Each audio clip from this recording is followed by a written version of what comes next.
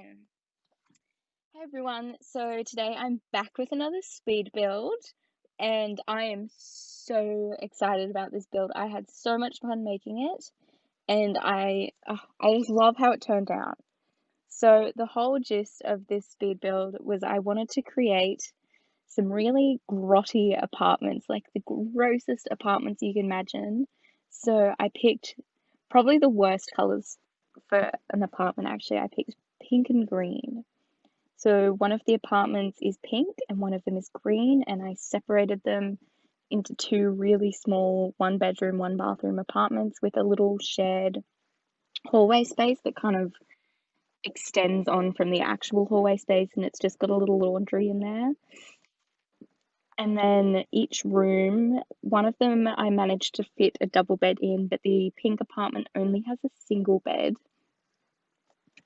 And this would be so much fun to play with the roommates feature. I feel like the roommates feature is really underappreciated, and I really enjoy it. I think the new roommates feature, it's kind of, I know a lot of people want hotels, and I really want hotels because they were so much fun in The Sims 3, but I think the roommates feature is kind of a good happy medium between that, where you can still have people live there and you don't have the ability to control them, and you can somewhat rent them out. And I just love being able to rent them out and have random Sims come over and hang out in my house. And I think it's really fun and it makes for a lot of interesting builds. And I actually really wanted a feature like this for a long time. So I'm really excited about this.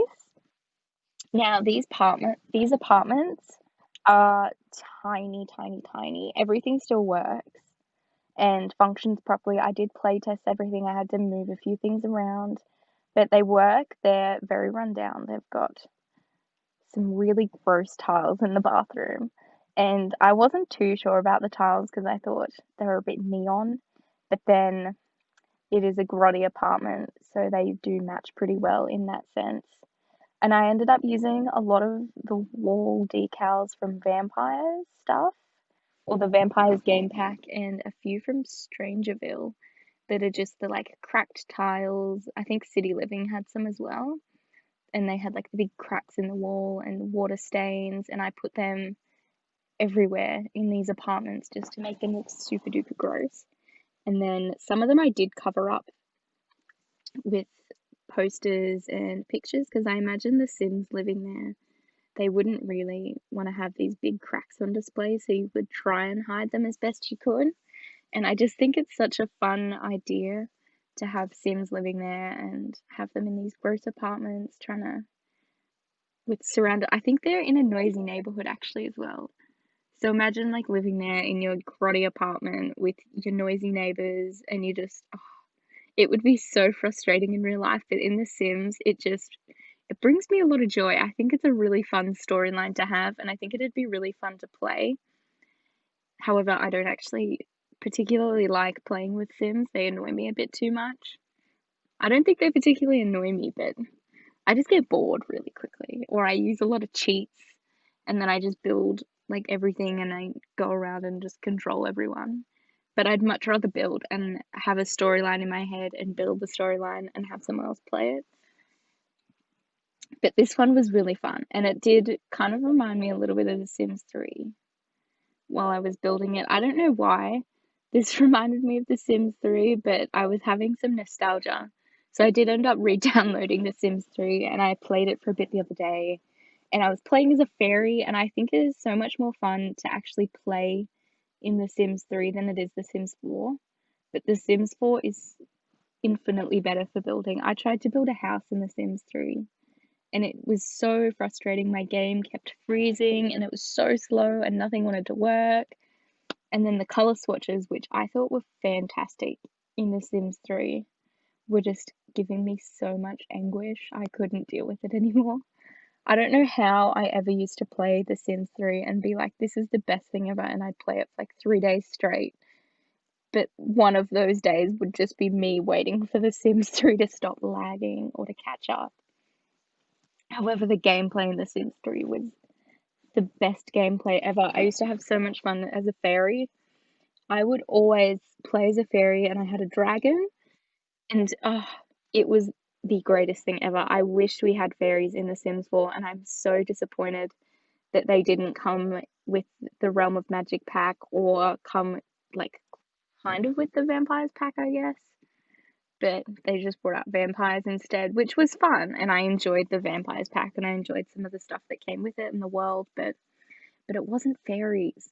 I loved the fairies and the little fairy house they had that they could go in and they could either sleep in it or have little fairy parties and you could project your aura and their wings, how they just flew everywhere. They had the prettiest wings and I miss them so much. They were the best part of The Sims 3. And mermaids.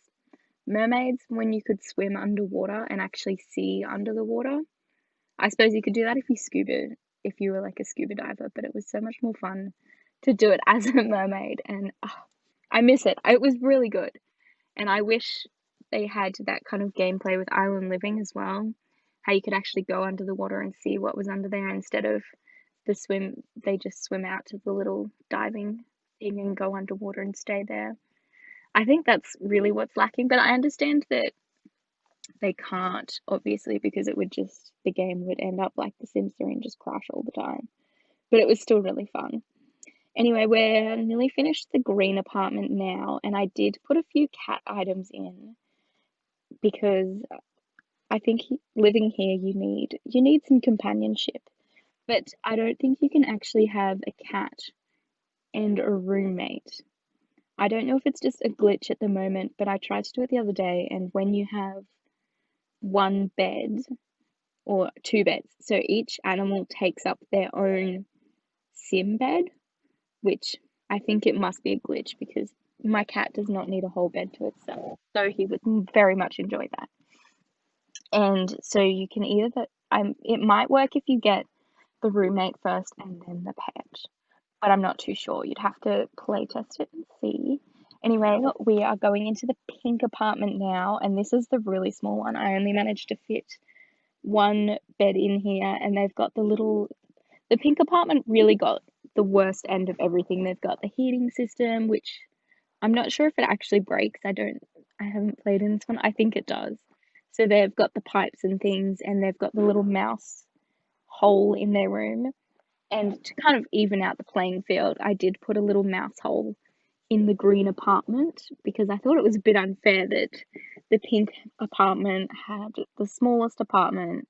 It had the dodgiest, dankest room. It had the worst fridge, the worst everything, and the green one was all right. So I think if I were to play this, I would want to live in the green apartment just because it's a little bit bigger. I managed to fit a few more things in there. I have an easel in the green one. I'm not sure if I fit an easel in the pink one. I did put one of the planters in there though from Eco Lifestyle. I had so much fun playing with those planters, except for some reason my plants just kept dying inside. So I'm not sure if that's a me problem or a game problem, or they're just not meant to live inside, but either way, it's still a fun idea. Maybe some dead plants would really liven up the place, actually. And I also went ahead and used the little heaters from the new Snowy Escape stuff pack, which I think they bring me a lot of joy, those little heaters. It was something that they added to the game that I didn't realize I wanted until I had it. And I was like, this is everything. Because obviously, you don't want to be putting a fireplace in this tiny apartment. But if they're poor and living here, well, they're probably pretty broke if you're going to live here, then you would want some form of heating, especially in winter, because you don't want your Sims to freeze to death. And those little heaters are kind of the perfect compromise. Otherwise, there's the big ones from Dine Out, but they are so hard to use because they're just such an awkward shape, and I don't really know how much heating they do, but they're definitely not ideal for indoors. However, in this apartment, I did use a little guitar, and there's the little wall planter. I tried to fit as many skill building items as I could, and when I was playing with my sim to test it, I ended up locking one of the doors so that way you can lock your roommate from coming into your room and your side of the apartment, or they can lock you out from their side. And I just think that's really fun. I think it adds a lot of realism to the game. And that way, you always have someone nearby. If you need a friend, if your Sims spend too much time inside and they need to socialize, you can always just pop over to your neighbors, ask them for a cup of sugar, see what they say. And this apartment, I really struggled with the bathroom. I don't like 4 square bathrooms. I think the little 3 wide skinny ones work a lot better than a 4 squared one. But anyway, I managed to fit in a shower from university, which is a godsend, that shower. It makes tiny bathrooms so much easier. And I put a lot of wall things in this apartment as well, as you can see, to try and cover the cracks. That little medicine cabinet, I thought it was such a cute thing to put in. Like, I imagine they either keep food up there, it's like a little mini pantry, or they have first aid supplies, something like that. Because I know certain apartments have to have like fire extinguishers and exit plan signs, kind of like motels. I don't know, I've never lived in an apartment, but I know some of them do have that, and I think it's just such a fun little thing to add that kind of brings more realism to the game, which I do love. I love building realistic houses, but I also love building really ridiculous houses. Kind of like these. Like, you wouldn't want to live in these in real life, but in The Sims, it's definitely a fun time. And speaking of The Sims 3 earlier, I have so many Sims 3 inspired builds planned. I really want to try and rebuild my Sims 3 house in The Sims 4 and just kind of compare them, I guess, because I used to put all of the cool items in my house, even if they didn't match. Like, I'd have kind of like a cottage Victorian era house, but I'd fill it with like futuristic things, like building your own robots. And Bonehilda, obviously, because I did not build a single house without her. She was in every Sims 3 house I built ever, because she was just so useful. I would always just awaken her and let her wander around and do my chores while I ran off and played with all the different fun things. So I really hope they bring Bonehilda back. She was the best part of The Sims 3. And I know we've got butlers and things that came with The Sims 4. I think it was Luxury Party, maybe? But they're not the same. They need their own wing. I don't want to. Whereas in this apartment, you could chuck Bonehilda in there and she could just clean up for you. There's no obligation to look after her. Anyway, we are going into the screenshots now, and I really hope you guys enjoyed this video, and I hope to see you all in the next one. Thank you so much for watching. I hope you and your Sims enjoy this build, and have a good day. Bye!